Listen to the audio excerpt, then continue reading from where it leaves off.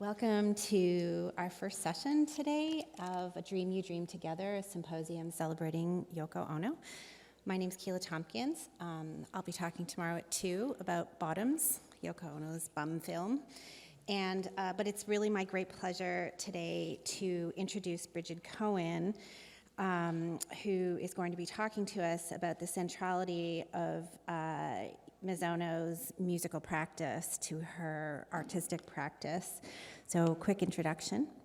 Brigid Cohen is a historical musicologist who specializes in music and migration. She has published extensively on 20th century avant-gardes, archive studios, migration, imperialism, and intersections of music, literature, and the visual arts. Her first book, Stefan Volpe, I know, I knew. Stefan Volpe and the Avant-Garde Diaspora, Cambridge, 2012, won the Lewis Lockwood Award of the American Musicological Society. And her second book, Musical Migration and Imperial New York, Early Cold War Scenes, University of Chicago Press, 2022, won the Irving Lowen's Book Award of the Society for American Music.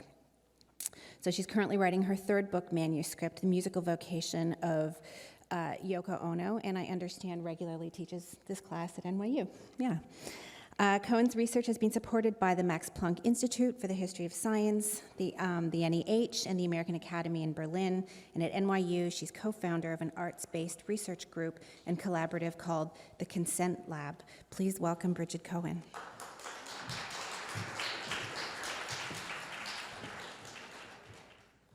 Thanks so much, Keela. It's such an honor to be here today. I want to thank everyone who's helped to put this event together, Rachel, Tavia, Owen, Ruby, the list goes on and on, Mars, all of the staff. Thank you so much. It's just really an honor, and it's been delightful working with you. Yoko Ono's wildly imaginative work as a multidisciplinary artist and intellectual has attracted growing recognition over the last 2 decades. Often overshadowed by her celebrity marriage to John Lennon, Ono's career has inspired eager rediscovery by scholars, activists, and creative artists of all kinds. But I believe that recognition has come a bit more slowly for the musical side of her legacy. And it's seldom remembered that she initially identified as a composer.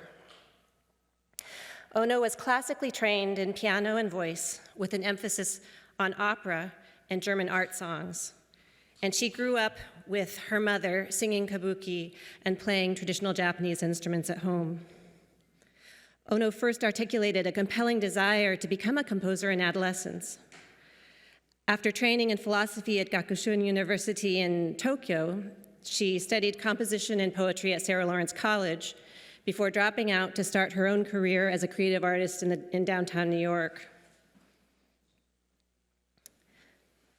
In the late 1950s and early 60s, she circulated not only in the scene around John Cage downtown, but also in German Jewish emigre milieus around the composer Stefan Volpe uptown, and in Japanese expat creative circles in New York. By the late 60s, she had repeatedly and unsuccessfully applied for composers' grants to work on performance projects she called music of the mind. After her marriage to John Lennon, she went on to release dozens of albums that range across popular idioms. From blues to punk to psychedelica to new wave to cabaret to EDM, stretching and bending them in communication with her singular avant-garde style. And we're going to get to learn about and experience some of this in the talks, interviews, and performances this weekend. The persistence and multifariousness of Ono's more than half-century-long career in music would clearly call out for serious consideration. Yet relatively little scholarship explores Ono's musical thought and creativity. And her prolific recording career is often misleadingly seen as something separate from or even secondary to her work in the, quote, art world. This symposium is changing that narrative. In my own contribution today, I argue that Ono, in fact, comes from a background and training that prized music, in particular, as a privileged space for working through vexed philosophical and political problems. She repeatedly used musical terms to describe her own sense of vocation and the works she created. Yet we'll see that Ono's use of the term music is an idiosyncratic take, expressed in multimedia performances that many audiences would not intuitively recognize as musical.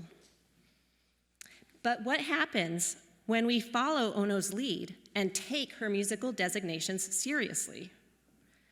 This amounts to an exercise in counterintuitive listening that also illuminates an alternative history of Ono's intellectual roots and creative pathways. In this talk, I'll increasingly draw attention to what I call her vocation in a multi-layered sense. Vocation as a calling involving morality and ethics.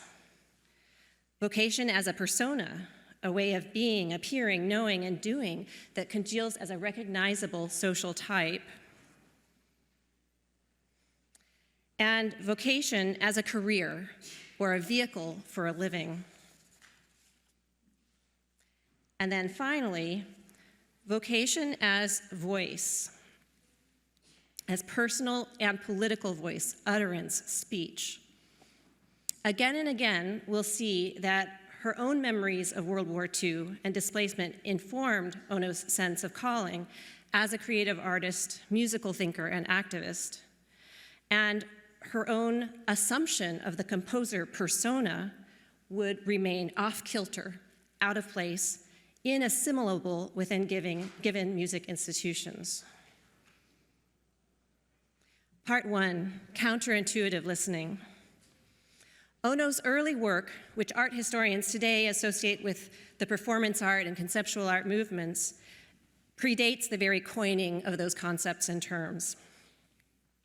Ono herself described these works as instruction pieces because they involved verbal instructions. She also eventually called them music of the mind. Ono started to create instruction pieces as a young person in college in the 1950s, not as art or as musical composition, but rather as a form of personal therapy. And this is something that Alexander Monroe and Midori Yoshimoto have written about. For Ono, a therapeutic effect derived from the instruction for actions as, say, striking a match. Here are the instructions for Ono's 1955 lighting piece, eventually published in her book Grapefruit. As she recalled the affricative sound of a match strike and waning glow of a flame would quiet the voices in her mind. Mingled aural and visual sensations would alter her perception of self and reality. One of Ono's earliest known works, Secret Piece, initially conceived only as a personal ritual, consisted of the instruction to play a sustained note, quote, accompanied by the woods between 5 and 8 a.m. in summer. Lighting a match and watching the flame expire, or playing sounds and listening to the woods at dawn, such actions would ideally recalibrate attention to one's inner sounds, images, and feelings through a simple but unconventional multi-sensory engagement with the textures of reality. By the early 60s, Ono's instruction pieces moved from the realm of personal therapy to public intervention as she experimented with group participation. Here, Ono's work assumed the weight of drama. With that background in mind, I'd like to consider Ono's 1964 cut piece, one of her most performed works, and Julia Bryan-Wilson will be discussing this work in greater depth later today. The instructions for the piece are: the performer sits on stage with a pair of scissors in front of them. It's announced that audience members may come one by one to cut a small piece of clothing from the performer's body for each audience member to take home with them. The performer remains motionless and ends the piece at their own option. Ono's now iconic performance of Cut Piece at Carnegie Recital Hall in 1965, filmed by Albert and David Maysles, shows how this work plays out as a sounding drama. The ritualistic repetition of action on stage heightens the significance of sound in a flux of multisensory experience. We'll watch and listen to the opening minute or so, and I also want to acknowledge that this is a film that can be difficult to watch, and so if anyone wants to leave or wants to close their eyes, please do that. But for those of us watching, I especially want us to be listening and pay attention to the sounds.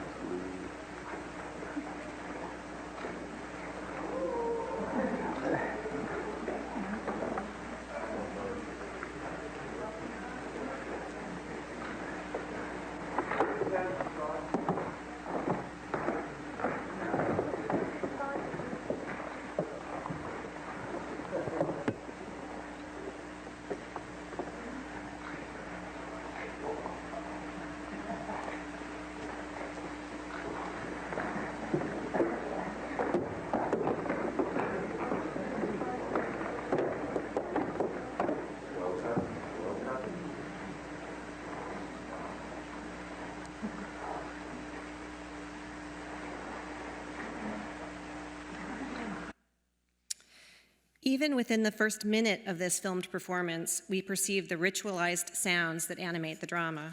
I'm sure you heard the rustling, the exuberant chatter in the audience, the comment, well cut, well cut. The camera zooms in and out to heighten the suspense of sounding footsteps, one by one, in rhythm. Ono later spoke of, quote, a long silence between one person coming up and the next person coming up. And I thought, that's a fantastic, beautiful music, you know. Ba, ba, ba, ka. Ba, ba, ba, ka. With Ono's words, we may begin to understand cut piece not only as music, but also as a kind of musical drama, even, I'm going to argue, post-Wagnerian music drama, because fantastic, beautiful music becomes inseparable from a scene of power and potentially violence. Ono was initiated into this tradition of making music, and music drama in particular, as a privileged site for philosophical and political work. This is the tradition of opera as a medium meant to operate in the world and meddle in the most urgent public affairs. This is the world not only of Wotan and Brunhilde, but also Polly Peachum and Mac the Knife, and all the philosophical and political texts, malignant and benign, that have surrounded them. Archival evidence suggests Ono's music curriculum at Sarah Lawrence College emphasized these opera and music theory repertories, with which she likely would already have been familiar through her musically vanguardist father and her childhood music training. And on this slide, I have Meyer Kupferman, one of her teachers, who regularly assigned students to create their own experimental music theater pieces, and also Andre Singer, who was former deputy director of the Belgrade Opera and had written routinely for Viennese cabaret, which was a particularly politically trenchant scene before World War II. Ono's friendship in New York with the German Jewish refugee composer Stefan Wolpe further links her with a world that revered music theater and drama as a vaunted space for feeling, thinking, and orienting oneself toward worldly engagement, including political activism.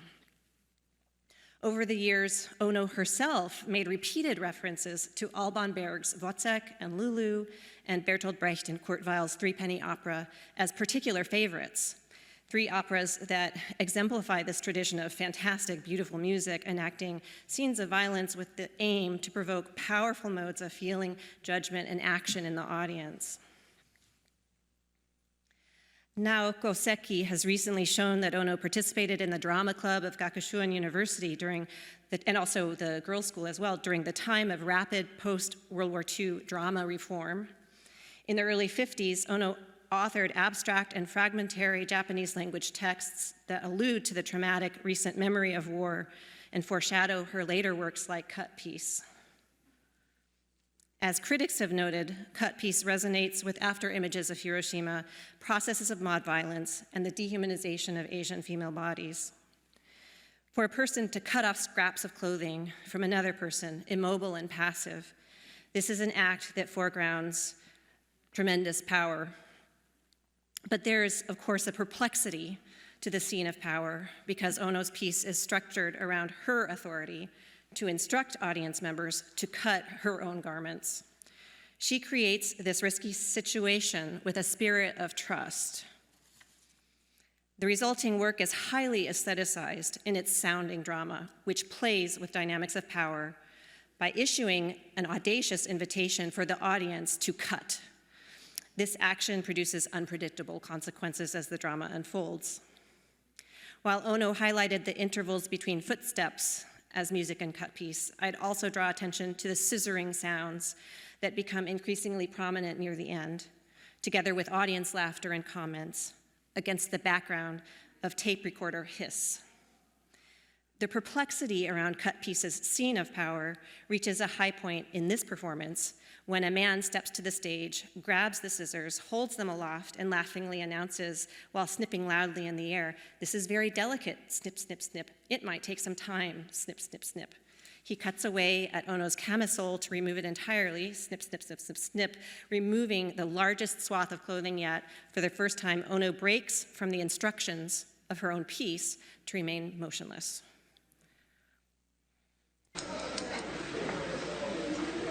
Very delicate. It might take some time. Oh, not too long. I don't want to cut it.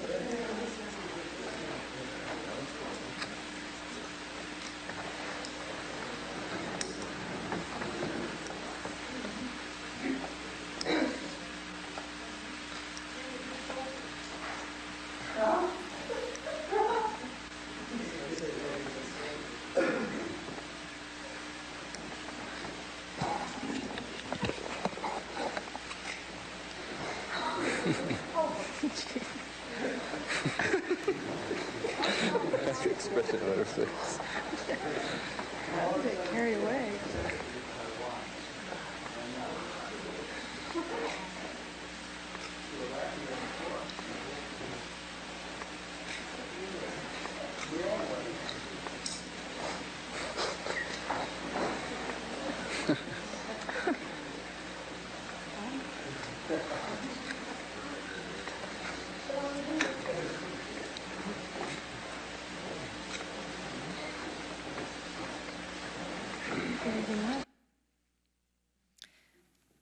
On YouTube, viewers disagree about whether the scissoring man is a chauvinist pig or a vital contributor to the work.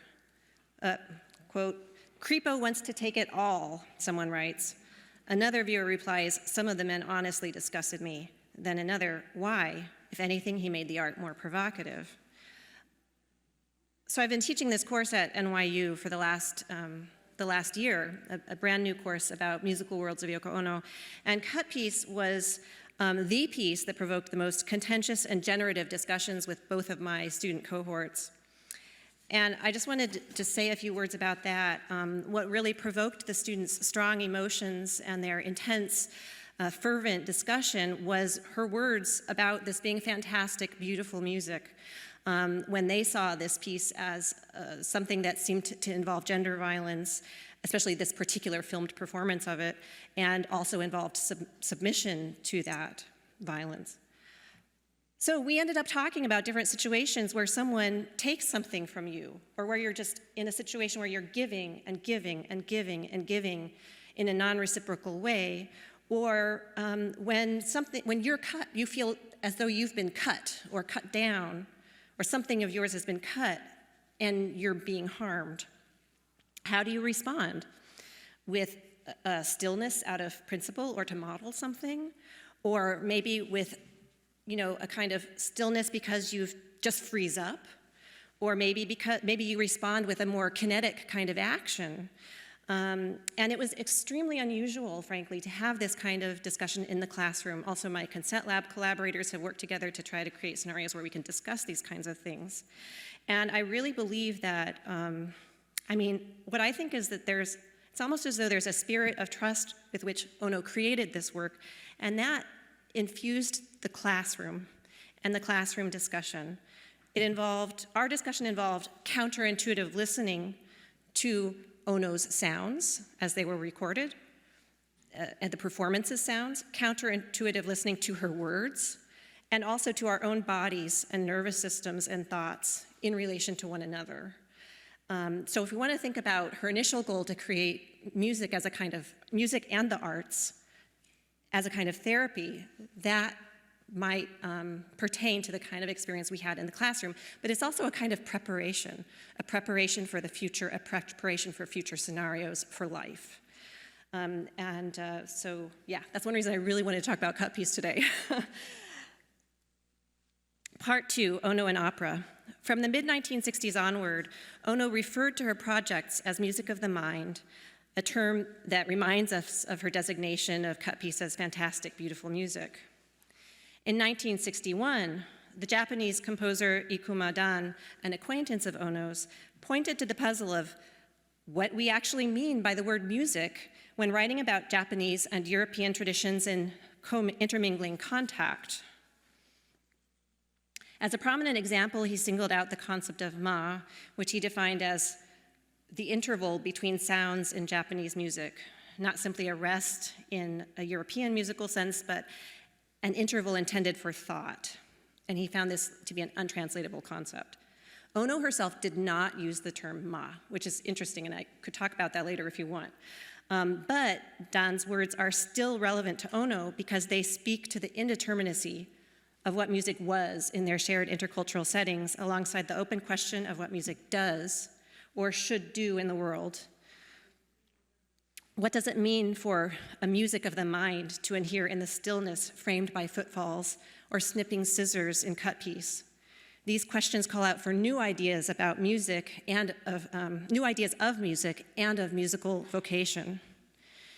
In her writings, Ono used the Buddhist term gyo to describe her musical practice as requiring concentration to or on yourself to hear the sound of the mind.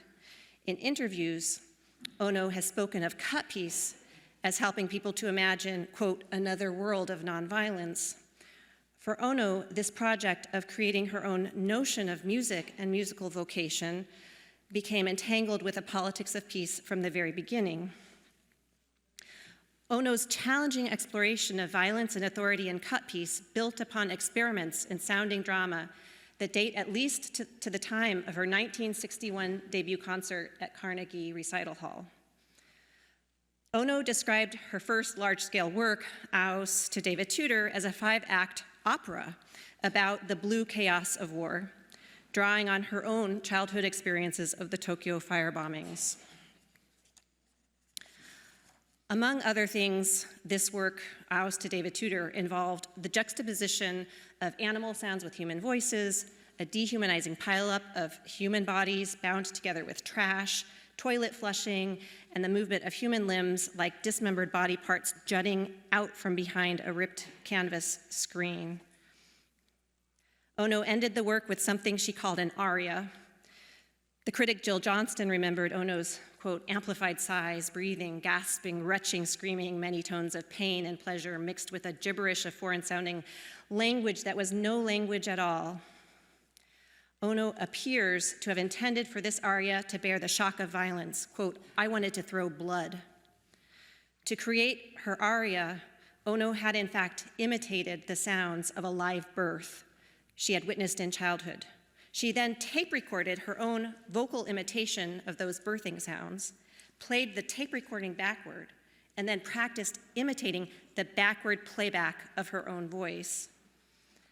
Her extraordinary technique would have brought forth a layered multiplicity of voices, live and recorded, that scrambled time and memory. Ono's aria foregrounded her own body as she dramatized the birth of something new, following perplexing scenes of power and brutality. No recording is known to exist of this performance.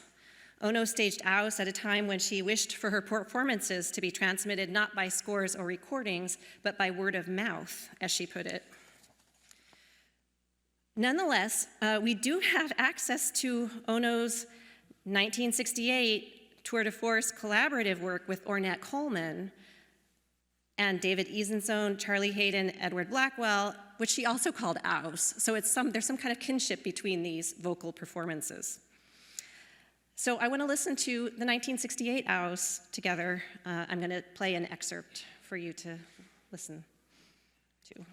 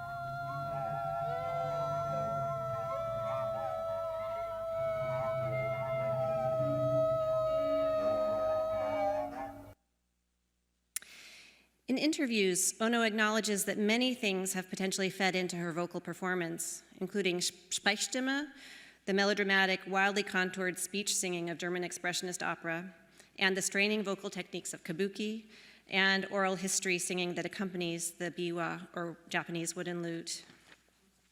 Also, I think there's strong evidence, and a number of scholars have suggested this, that Abby Lincoln and Linda Sharrock, who were associated with they were in experimental jazz, that they may also have been a model.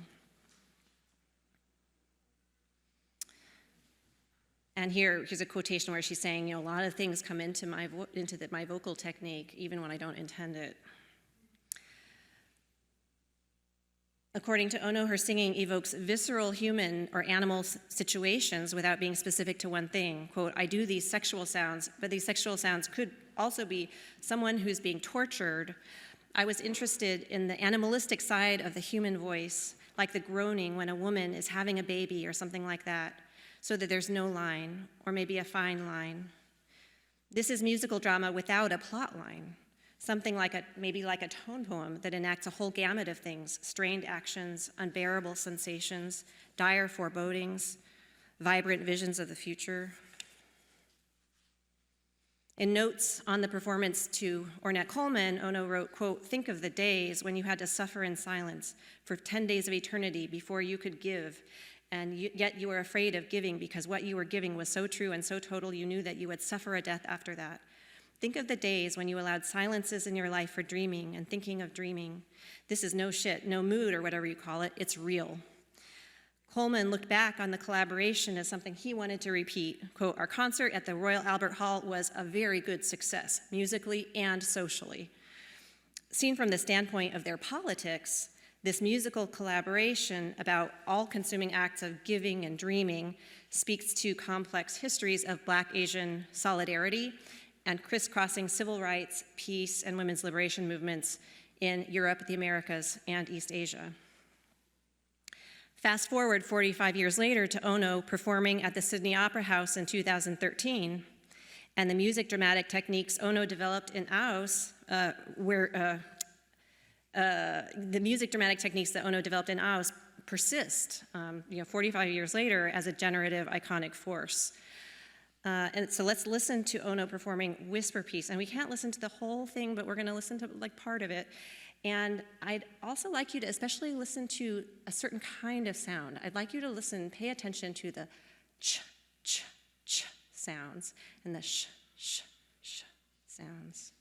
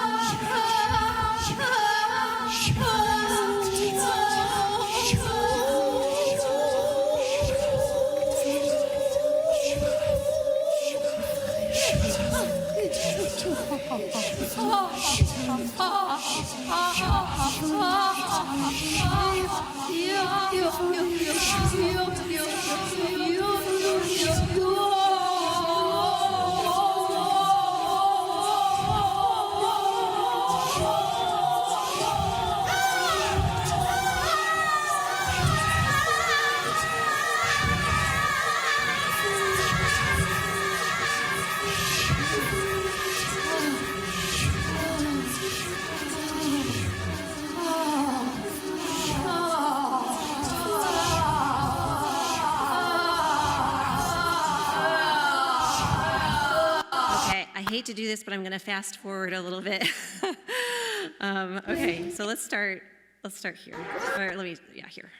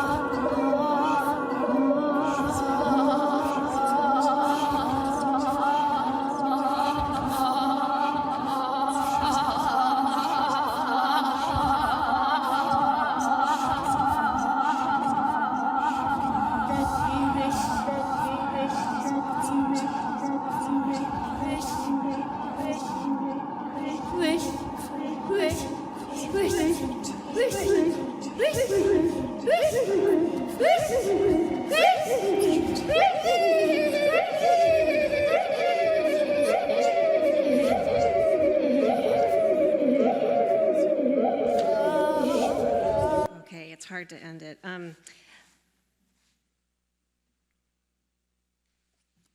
So Whisper Piece exists in many versions, but it's essentially written as a kind of telephone game. This is a work that was actually published in 2 versions in Grapefruit. But the Sydney Opera Hall performance that we just saw creates a technological analog to the telephone game with a specific technology, a recirculating delay network, a popular delay-based reverberation system. Ono's mic'd live voice enters into a mixer with a delay line that reproduces the signal at an amplitude lower than 100% of the original. At regular clock set intervals, this delayed signal, softer in volume, feeds back into the mixer where it recombines with new live voice signals and the reverberations of past ones. All of this produces a thick texture with a strong feeling of pulsation, like an incantation, as sounds from the past layer with new vocalizations, the new always stronger in volume than the old with which it commingles.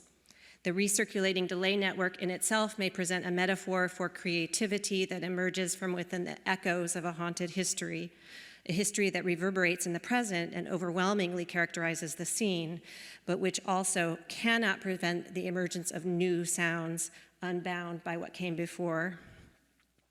And yet, for all the neatness of this system and its metaphorical resonance, there's also a mystery element. If you listen and watch carefully, you can hear that some sounds are actually not generated by Ono's live feed. There's a separate unseen tape. I like to think of it as like a secret tape or voice that is not coming from Ono in the mix, and it creates these occasional sounds that come from elsewhere, fricative and affricative sounds, ch, ch, ch, sh, sh, sh, and also the softest murmurings. This mystery of sound composition actually compounds the drama. Amidst the sighing, yowling, battling, cawing, playing, searching, lamenting, and loose-limbed dancing, disconnected phonemes come from nowhere. Ch, ch, ch, ch, ch, ch. They find connection with, if not resolution, in Ono's words. Let me wish, let me wish, let me wish, Let me wish, wish, wish, wish. And this is Ono at 80 years of age on the opera stage. Part 3, vocational hazards. And I may need to, I want to make sure I don't go over, so I may need to speed things up a bit, but I try not to speak too quickly. So the theme of this symposium is collective dreaming, imagination, or the wish as a way to orient one's being and actions in the world, with the world.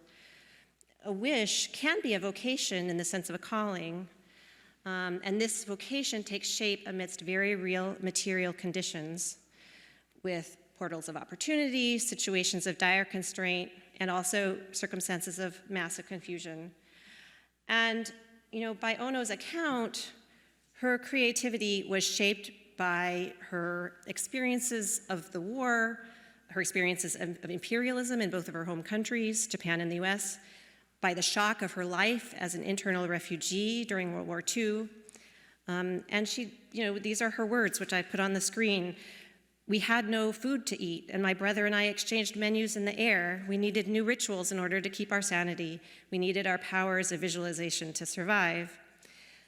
The siblings dulled the pain of their hunger by imagining delicacies while gazing through a hole in the roof of a barn where they took shelter. In interviews, Ono overcomes her reluctance to talk about such painful experiences that can't fully be fathomed.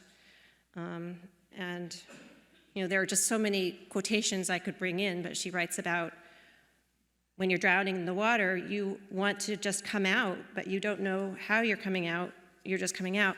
And so what I want to suggest is this early adolescent desire to be a composer. That's part of this whole picture of her teenage years, living through the war, coming out of the war. And, but at the same time, there are tremendous restrictions on what she could do. She's talked about how her father basically shut down the idea of becoming a composer. And her budding vocation really came into conflict with the imagined masculine persona of the composer. Midori Yoshimoto has written about how good wife, wise mother citizenship codes in Japan overwhelmingly shaped expectations for what kinds of roles a woman could serve in society, even after World War II, when there was reform to try to change that. So, nonetheless, she rebelled, going to study philosophy, studying poetry and music at Sarah Lawrence College, and then finally dropping out to enter the New York scene was part of that rebellion. I also want to say that, and coming to the United States wasn't really a complete solution for this problem of vocation. It's a problem of vocation that is about being an artist, but there's also this particular musical inflection to it because of her musical background and her early aspirations to be a composer. She hung out with the composer circles in New York in the 1950s. But this is also during the time of what we call Cold War Orientalism. This is a term that describes the mid-century US fascination with Pacific Rim cultures that legitimated the expansion of geopolitical power abroad. And Cage and his circle were very much part of that with their projects, cultural diplomacy, funding for sort of soft power reconstruction projects in West Germany and Japan. They're part of this whole buildup of power and buildup of the patronage system, amplification of US power through the cultural prestige and presence of American composers, artists, et cetera, throughout the world. But then Ono herself, she's kind of welcomed into the scene. They're super into Zen.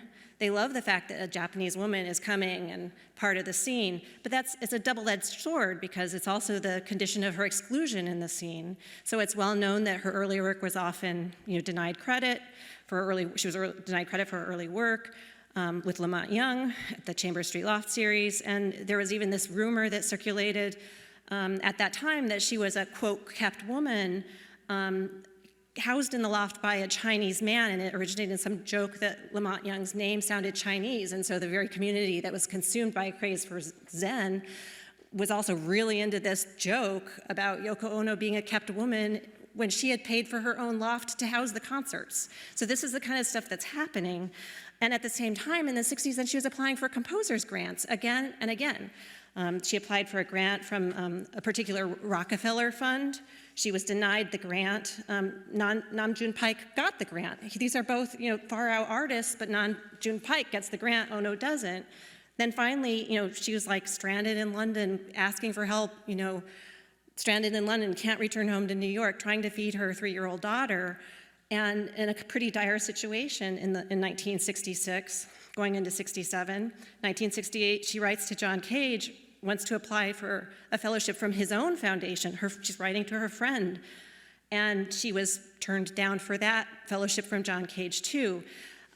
There's a whole book written by Michael Tsai-Wee about the music patronage system of the Cold War and the way that women and people of color were systematically excluded. It was a very rigid system, and it's very well documented that this took place, and it's something to think about today as we're confronting a situation with grant-giving agencies and federal agencies who are needing to restrict the kinds of language that are acceptable and topics acceptable in the grants along lines of gender and race. So she's excluded from this whole patronage system during the 50s and 60s on into the 70s. And so then I'm really interested in why keep on with this idea of composer? Why, apply for all of these grants, music of the mind, when she could have been, trying to style herself as a choreographer or moving more in the direction of literature, using the word performance, these terms that are perhaps a little bit softer in terms of the gender and racial politics of the profession. And what I've basically come up with is the idea that I think that she almost wanted the resistance. She wanted to be in there, using these musical terms in a super eccentric way that would force you to rethink what music could even be. And it also, all of that resistance also inoculated her against groupthink, because she would never fit into those scenes anyway. It was like a form of inoculation against groupthink. For someone who'd come of age in World War II era Japan, that would seem like a really important thing to inoculate yourself against. And then, this is my last thing, I'm going really fast. Oh yeah, here, they need to think about how to think about an Oriental woman. I think that's a great quotation. Okay, her essay from 1962, Word of a Fabricator, she says, "It's nothing more than an obsessive act of the driven, attempting to make one's own fiction a reality by letting others cut off pieces of the romanticism that inevitably enwraps fiction. Thus, the conceptual reality finally becomes a concrete reality by the enactment of an intrusive and therefore destructive outside force." And what I find so fascinating, it's kind of a difficult quotation, but what I find fascinating is that,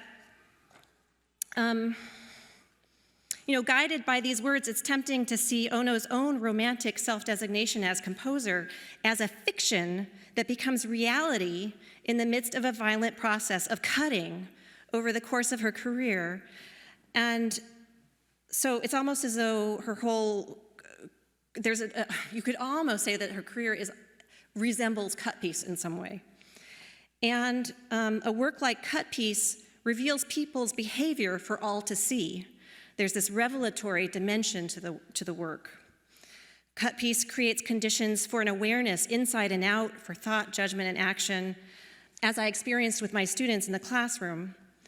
The story of Ono's musical vocation may hold a similarly disclosive function, showing once familiar music scenes and categories in new ways from the oblique angle of her own ethos. For example, how do histories of opera, free jazz, kabuki, or electronic dance music change when Ono finally figures as a real contributor? And this is the question I want to leave you with. Now, I want you to go to the rest of the symposium, and I hope to see you again at the closing roundtable tomorrow. And I want to hear your thoughts to the whole symposium. And maybe we have time for a question? I'm not sure. Maybe not. We do. Yay. Okay, great. That's what I wanted. Oh, awesome. We have 10 minutes. Okay. Thanks.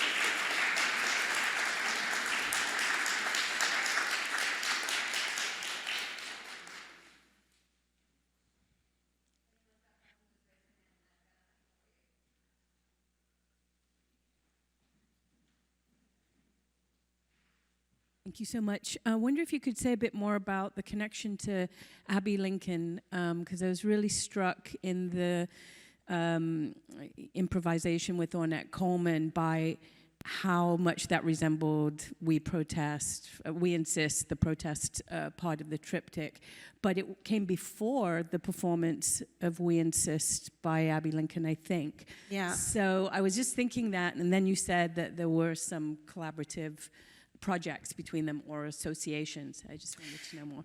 Well, I think that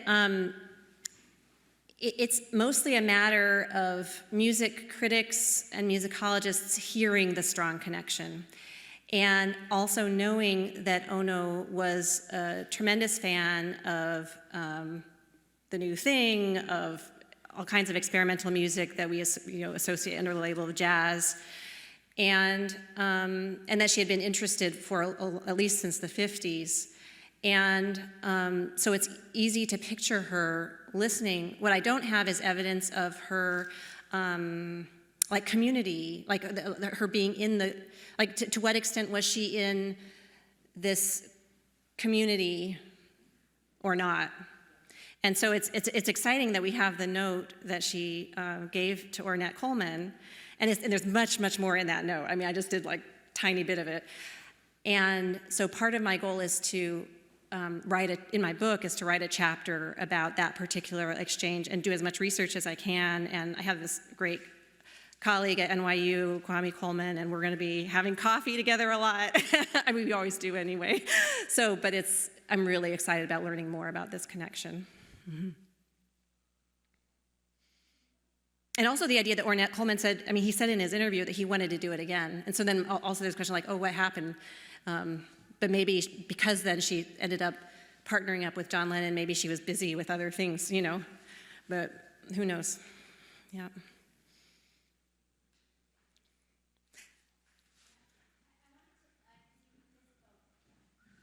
Thank you. I just wanted to invite you to talk more about this really provocative point you made about Ono applying for composition grants and not getting them, and this question of, I think you talked about inoculation, and it seems there's a lot more in there. And I'm just thinking about, I guess I wasn't, it's a kind of masochistic account, Right. And so do you mean that? Do you mean that masochistically, or is this an artist in formation, sort of like knocking at a lot of doors, trying to figure out her genre, or is she like a genre that just hasn't arrived yet? And do you know what I'm saying? So I wonder if you could just kind of tease that out some more. Yeah, thank you for that excellent question. I mean, honestly, I think that that kind of range of possibilities you're presenting in your question is the kind of thing I'm going to be thinking about almost continuously in writing the book. I would say that I am struck by how her manifesto, The Word of a Fabricator from 1962, which is a really densely written text informed by her kind of phenomenologically based philosophical training, the way that it resonates in such strong ways, both with pieces like Cut Piece, and also is about her career. And so, so I think that there is some credence to the idea that, Cut Piece can be about many things. And that's why there's this, we're going to get this talk later that's about always thinking about Cut Piece. But one of the things that I think you can see it as being about has to do with certain kinds of situations, including professional situations where where you're experiencing cuts all the time and deciding how to respond, which is one reason why the students got so into it. And they're, similar, I mean, they're a little bit younger, but they're young adults also thinking through these questions. But I guess my answer might be that some of all of what you described, because she is still in formation. And it's also striking that it's in 1968 that she's turned down. It's like March of 68, she's turned down for this grant from the Foundation for Contemporary Performing Arts. And then May 68 is when she really goes in the direction of working with John Lennon, being together in every way with John Lennon. And that catapults her into new creative territories, which is the whole other side of her musical career that I obviously didn't have time to get to in this talk, so there's a kind of turning point after these repeated grant rejections, where then at a certain point, she doesn't need grants anymore. And so I'm very interested in that as well. And she wants to reach a larger audience with her activism and explore new ways of activism. I'm really fascinated by the different kinds of, I'm excited about Midori Yoshimoto's talk coming up with all of the different kinds of musical attempts at peace activism, all kinds of musical styles, more like the kind of free jazz style, but then also the anthem Imagine. So she's totally in formation, too.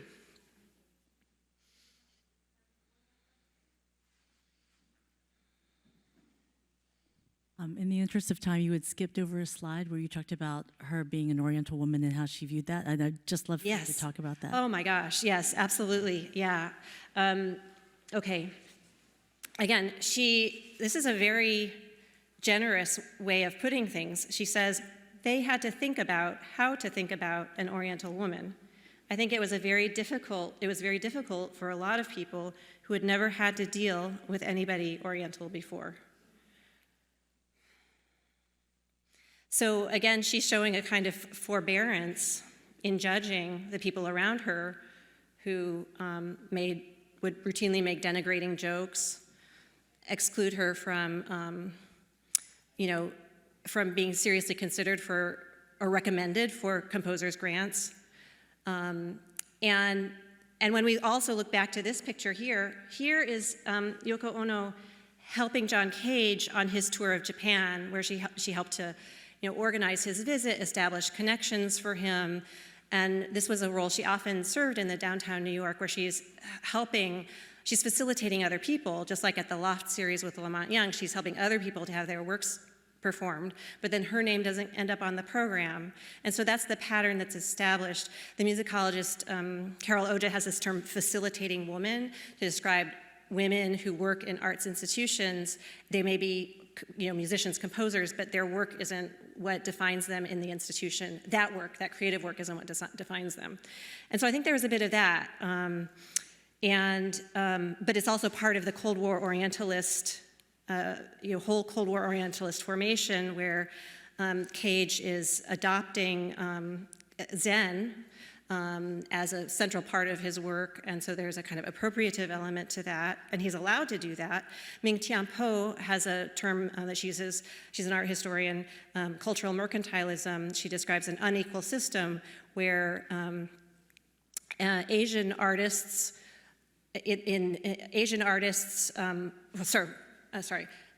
European and North American artists and cultural producers are encouraged to adopt elements from Eastern culture and take resources, integrate it into their aesthetics, and then export their products abroad to places including Asia. But then East Asian artists or South Asian artists, if they integrate Western or North American idioms, practices into their work, they're seen as mere imitators. And that's what was happening with Ono, where she was often seen as an imitator of Cage, dismissed as an imitator. So that's part of this whole thing about, people had to think about how to think about an Oriental woman. I mean, they had a lot of thinking to do. And I don't think thinking could cover what all the work that needed to be done. Okay, so I'm getting word it's time to wrap. Thank you so much for your questions. Hope to have a great symposium.